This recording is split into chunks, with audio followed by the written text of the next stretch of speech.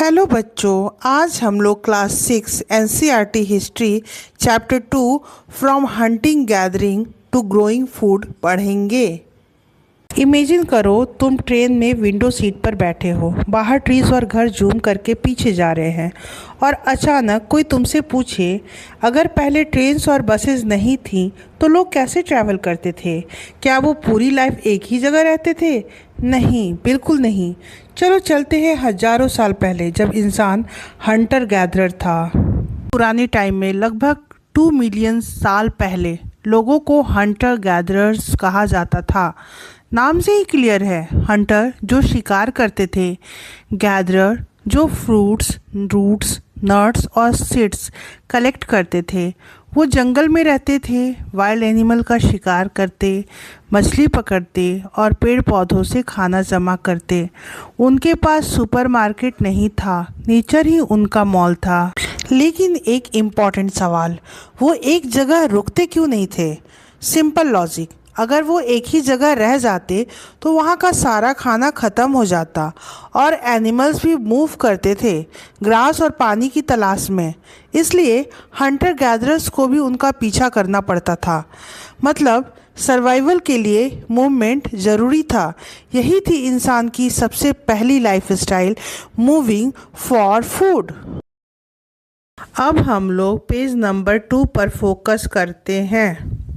जरा इमेजिन करो, ना घर था, ना मोबाइल, ना सुपरमार्केट, फिर भी लोग सरवाइव कर रहे थे। फिर भी एक सवाल है, वो लोग बार बार जगह क्यों बदलते थे? प्लांट्स और ट्रीज हर सीज़न में अलग अलग फ्रूट्स देते थे, इसलिए लोग सीज़न के हिसाब से मूव करते थे, फूड के लिए, सरवाइव के लिए। वाटर भी हर जगह नहीं मिलता था।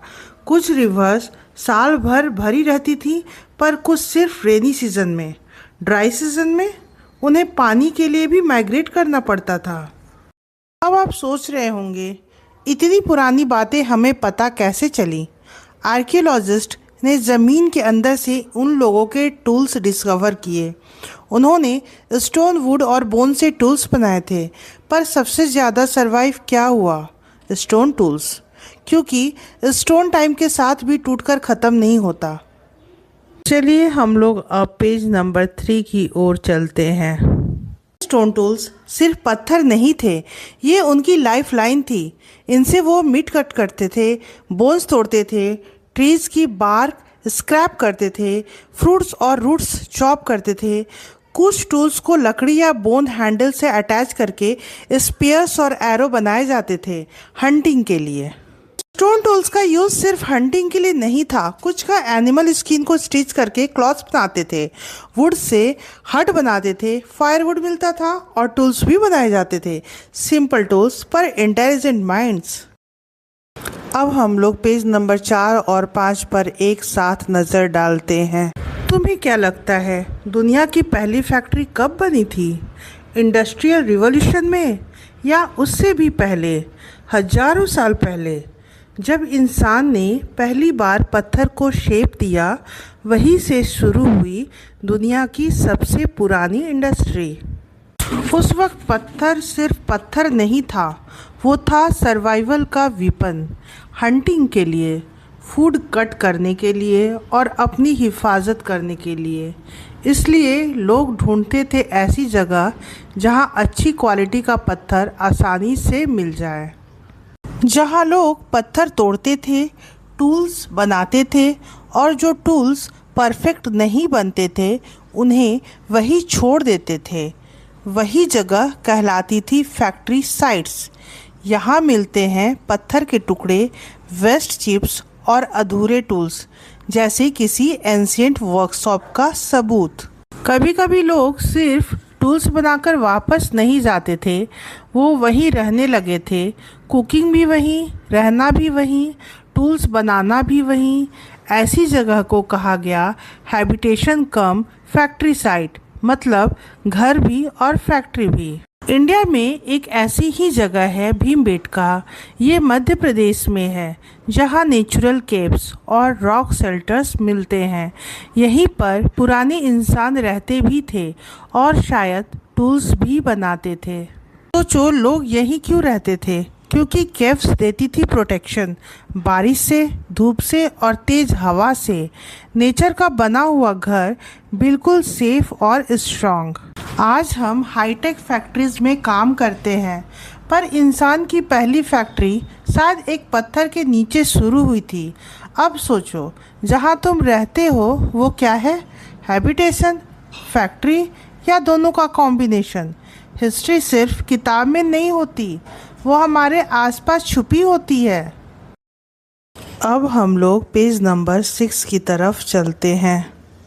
इमेजिन करो 12,000 साल पहले की दुनिया। ना मोबाइल, ना घर, ना टूल्स जैसा हम आज यूज करते हैं। सिर्फ प्रकृति, पत्थर और सर्वाइवल। लेकिन यहीं से शुरू होती है इंसान की असली कहानी, जहाँ हमें पुराने टूल्स, पॉट्स और बिल्डिंग्स के निशान मिलते हैं। उन जगहों को हम साइट्स कहते हैं। ये ज़मीन के ऊपर भी मिल सकते हैं, ज़मीन के नीचे भी, और कभी कभी पानी के अंदर भी। हर साइट एक कहानी बताती है हमारे एंसेस्टर्स की। अब सोचो, बिना मशीन के टूल्स कैसे बनते होंगे? पहला तरीका था स्टोन ऑन स्टोन। एक हाथ में कोर स्टोन, दूसरे हाथ में हैमर स्टोन, और फिर जोर से स्ट्राइक। फ्लेक्स निकलते थे और धीरे धीरे शेप बन जाता था टूल का, सिंपल पर पावरफुल। फिर आई सबसे बड़ी डिस्कवरी, फायर मतलब आग। कर्नूल केव्स में ऐश के ट्रेसेस मिले हैं जो बताते हैं कि अर्ली ह्यूमंस फायर यूज़ करते थे। आग से रोशनी मिलती थी, खाना पकता था और जंगली जानवरों से बचाव होता था। फायर ने इंसान को पावरफुल बना दिया। एक सिंपल पत्थर से शुरू हुई कहानी आज टेक्नोलॉजी तक पहुंच चुकी है। टूल्स ने इंसान को स्ट्रांग बनाया, फायर ने इंटेलिजेंट और इन्वायरमेंट ने अडेप्टेबल। ये सिर्फ हिस्ट्री नहीं, ये ह्यूमन इवोल्यूशन की जर्नी है। अब हम लोग पेज नंबर 7 की ओर चलते हैं। इमेजिन करो, हजारों साल पहले ना कोई सिटी थी, ना स्कूल्स, ना मार्केट्स, सिर्फ जंगल और सर्वाइवल। लोग शिकार करते थे, जंगल से दाने तोड़ते थे, पर कुछ ऐसा हुआ जिसने पूरी दुनिया बदल दी। इस बदलाव का नाम है डोमेस्टिकेशन। डोमेस्टिकेशन मतलब जब इंसान ने प्लांट्स उगाना और एनिमल्स को पालना शुरू किया। ये सिर्फ फार्मिंग नहीं थी, ये एक रिवॉल्यूशन था। लोग हर प्लांट को नहीं उगाते थे, वो सिर्फ बेस्ट प्लांट सेलेक्ट करते थे जो कम बीमार पड़ते थे, जिनके दाने बड़े होते थे और जिनके स्टेम स्ट्रॉन्ग होते थे। एनिमल्स के साथ भी सेम हुआ। जो एनिमल्स ज़्यादा जेंटल थे उन्हें ब्रीडिंग के लिए सेलेक्ट किया गया। ग्रेजुअली मतलब धीरे धीरे वाइल्ड एनिमल्स और डोमेस्टिकेटेड एनिमल्स अलग दिखने लगे। जैसे वाइल्ड पिग के दांत और हॉर्न बड़े होते हैं, पर डोमेस्टिकेटेड पिग के कंपैरेटिवली छोटे। ये प्रोसेस एक दिन में नहीं हुआ, ये हजारों सालों का सफ़र था।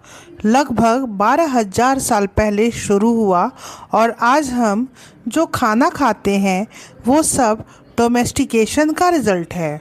सबसे पहले डोमेस्टिकेटेड प्लांट्स थे वीट और बार्ली, और एनिमल्स में शीप और गॉट। यहीं से शुरू हुई फार्मिंग सिविलाइजेशन। पर फार्मिंग का मतलब था एक जगह रुकना। प्लांट्स को ग्रो होने में टाइम लगता है, डेज, वीक्स, मंथ्स। लोगों को वहीं रहना पड़ता था, पानी देना, घास निकालना और बर्ड्स और एनिमल्स से क्रॉप को बचाते रहना।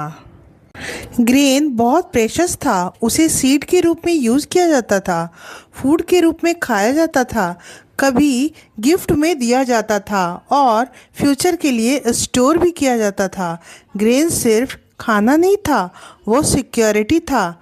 आज हम मॉडर्न दुनिया में रहते हैं, पर हर रोटी के पीछे 12,000 साल पुरानी कहानी छुपी है। डोमेस्टिकेशन ने सिर्फ प्लांट्स और एनिमल्स को नहीं, इंसान की ज़िंदगी भी बदल दिया। जंगल से सिविलाइजेशन तक का सफ़र सिर्फ एक सीड से शुरू हुआ।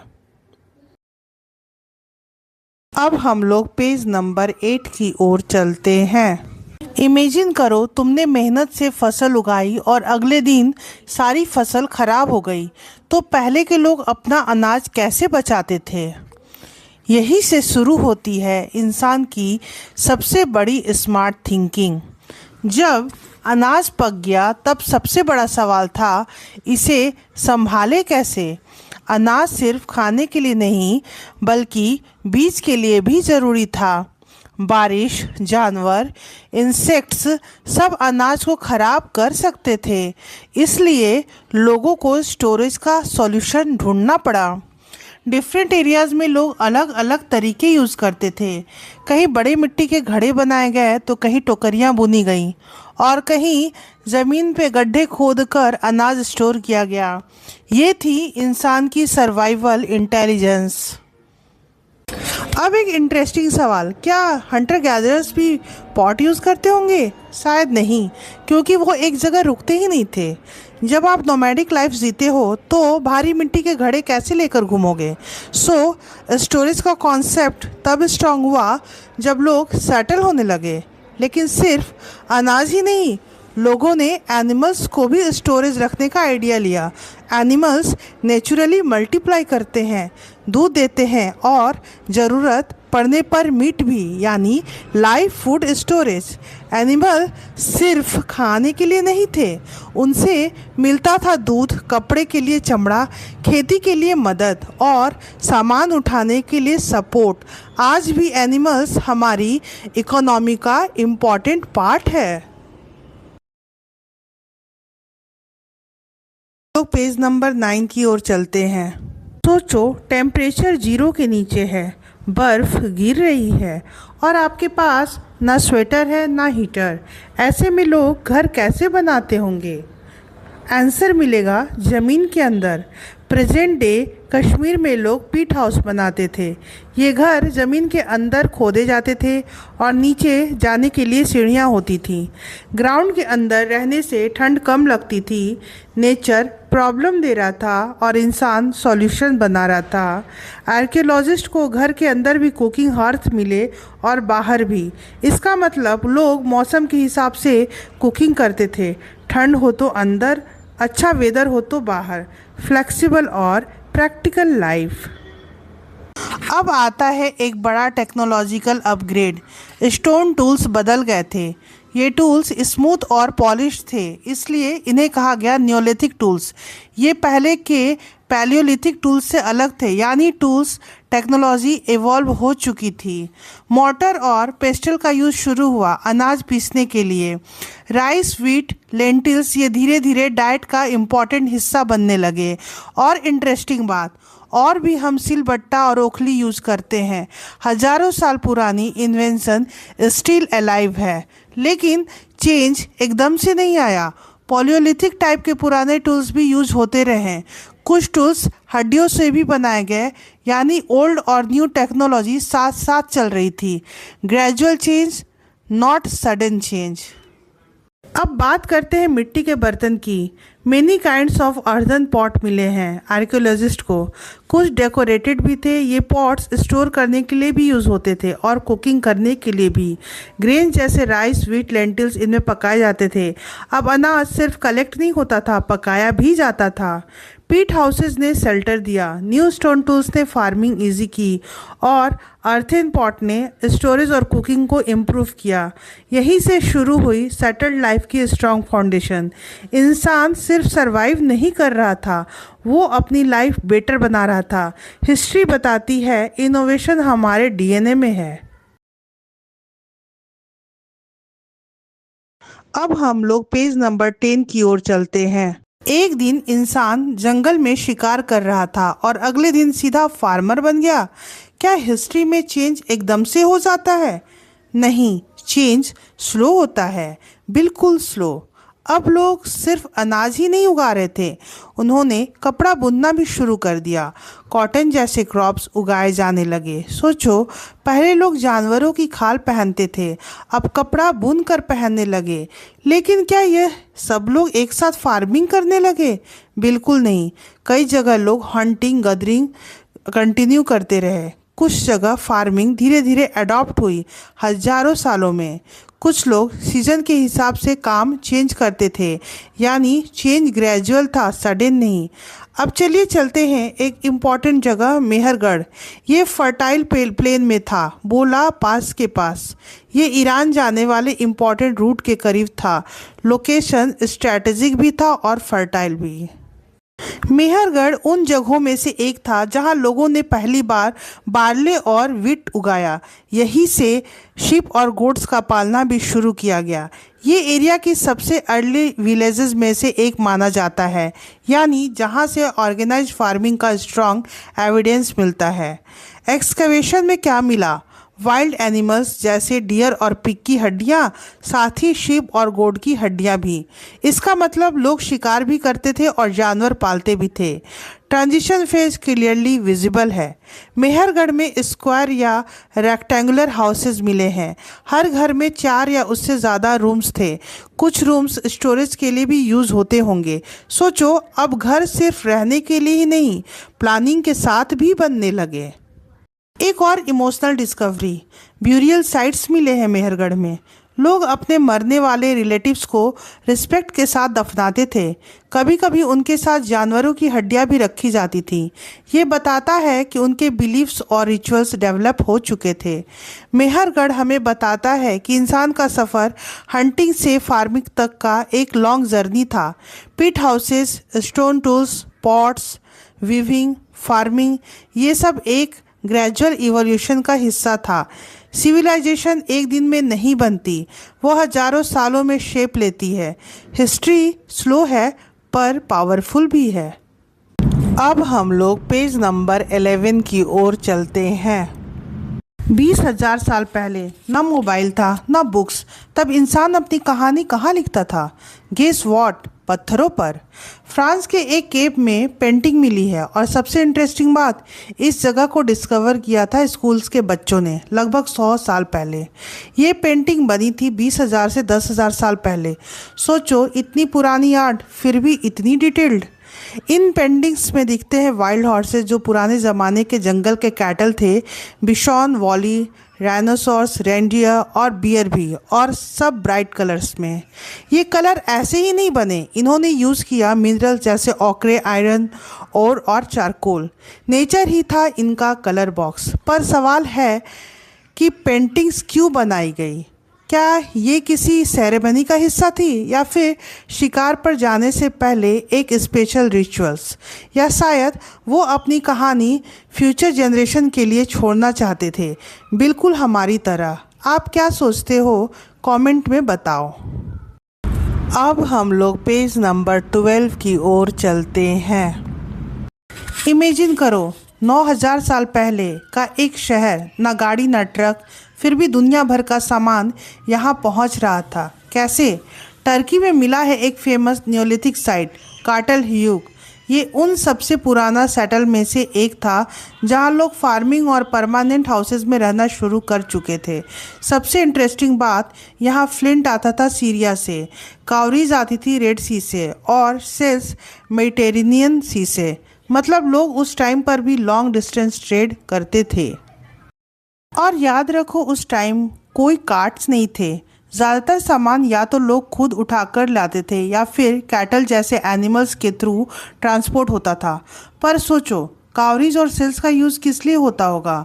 खाने के लिए तो नहीं, तो फिर शायद ज्वेलरी बनाने के लिए, या किसी रिचुअल में यूज़ करने के लिए, या फिर एक तरह का अर्ली करेंसी सिस्टम। इसका मतलब नियोलिथिक लोग सिर्फ फार्मर्स नहीं थे, वो ट्रेडर्स और क्राफ्ट्समैन भी थे।